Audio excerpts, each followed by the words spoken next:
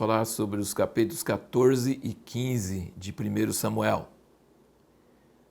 Apesar de Deus ter rejeitado Saul, por causa dele oferecer um sacrifício e não esperar Samuel chegar, mesmo assim, Deus deu uma grande vitória sobre os filisteus e isso abriu a porta para muitas outras vitórias durante o reinado de Saul.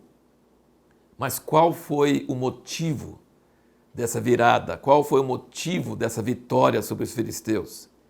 Foi uma atitude do filho de Saul, chamado Jonatas, uma atitude louca, uma atitude doida. Enquanto Saul está lá, debaixo da árvore, lá, sem saber o que fazer, Jonatas vai com o escudeiro dele e fala: se é Deus que vai fazer uma coisa, tanto faz ser muitos ou poucos, porque quem vai fazer é Deus mesmo, não somos nós. E aí ele fala: vamos subir lá contra os filisteus, só nós dois? E vamos marcar um sinal, se é de Deus isso que eu estou falando. Se eles falarem assim: espera aí que a gente vai pegar vocês, a gente não sobe. Mas se eles falarem: sobe aqui que nós vamos te mostrar uma coisa, aí nós vamos falar que é Deus. E dito e feito. Quando os filisteus falaram: sobe aqui que nós vamos te mostrar uma coisa, ele falou: Deus está conosco. E ele subiu. Gente, quem sobe é uma tremenda desvantagem para quem está em cima. Muita grande desvantagem. Mas eles estavam com Deus. Deus estava com eles. E eles entraram e Jonatas derrubava e o escudeiro matava. E a terra tremeu, o arraial tremeu. Deus fez um milagre impressionante. E qual foi a janela? A fé e a coragem de Jonatas. Isso abriu uma vitória tremenda sobre os filisteus, que acabou abrindo para muitas outras vitórias. Em contrapartida, nós vemos a religiosidade de Saul. Ele manda trazer a arca. Já pensou? De novo, talismã. Manda trazer a arca para consultar a Deus. Mas nem deu tempo para fazer isso, porque a terra tremeu e toda a equipe dos filisteus, o arraial tremeu e ele falou: chega aí, não para. Então ele quer trazer a arca. Ele proclamou um jejum que prejudicou o exército. Jonatas não sabia do jejum porque ele estava lá vencendo os filisteus. E aí ele comeu um melzinho e ficou fortalecido, mas ele nem sabia do jejum. E ele falou assim: meu pai atrapalhou, a vitória teria sido muito maior se não tivesse esse tal desse jejum. E aí quando Deus não responde Saul, Saul pergunta a Deus se deve ir ou não ir atrás do inimigo, e Deus não responde. Saul falou: tem alguma coisa errada, tem alguém em pecado. Olha o espírito religioso. Aí já lançaram sortes e a sorte certinho cai em cima de Jonatas. E Saul, religioso, fala assim: Jonatas, você vai ter que morrer porque você quebrou o jejum. Olha, ele nem sabia que tinha jejum. E o povo, tudo que Saul falava, eles falavam assim: pode fazer. Mas quando chegou essa hora, eles falaram: não!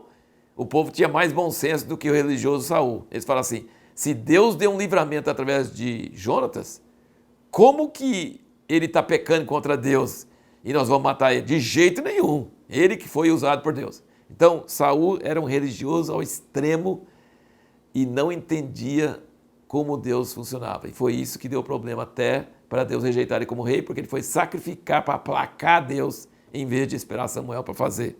Então, esse espírito religioso é um negócio terrível. A gente tem que vigiar contra isso, de achar que ações religiosas são como se fossem mágicos para resolver as coisas.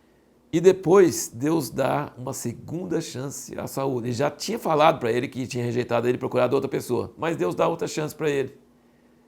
Mata todo mundo de Amaleque e ele vai e ele reserva o rei e os melhores animais. Aí quando Samuel chega, Samuel já sabe, porque Deus já falou com Samuel de noite.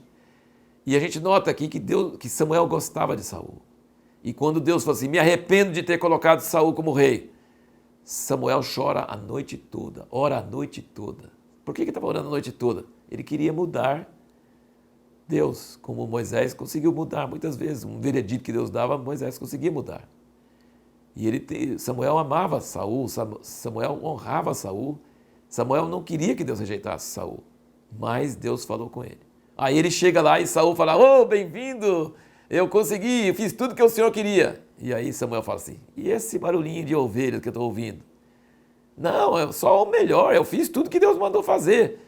Saul queria agradar o povo e agradar a Deus. Ele achava que dava para fazer as duas coisas.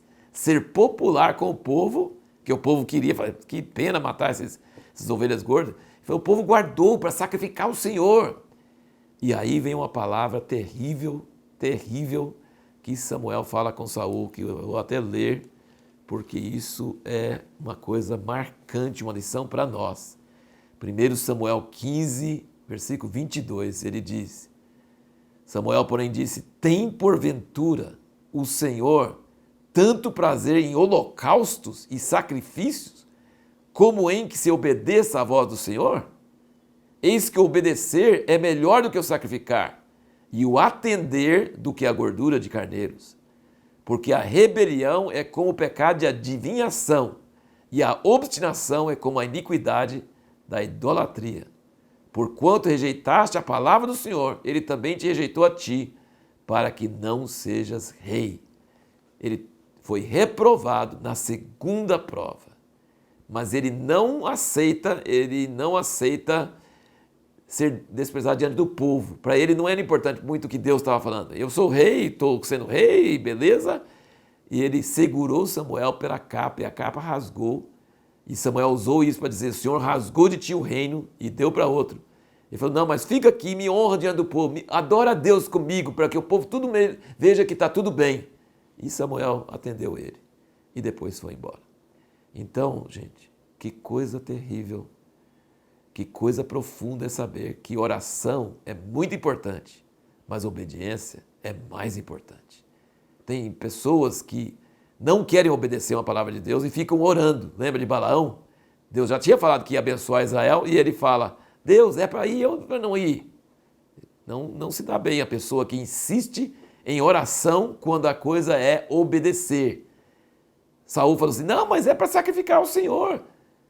Samuel falou assim: mas Deus mandou matar tudo e não, é muito melhor obedecer do que sacrificar. E aí ele diz: desobediência ou rebeldia é igual o pecado de idolatria ou feitiçaria ou adivinhação. E nós vamos ver como é que isso aconteceu. Se a pessoa é desobediente, ela acaba caindo em pecados cada vez piores. No próximo vídeo nós vamos responder a pergunta: o que capacita uma pessoa a fazer proezas para Deus e para seu povo? Qual o fator que torna a pessoa capaz de fazer proeza a favor de Deus e do seu povo?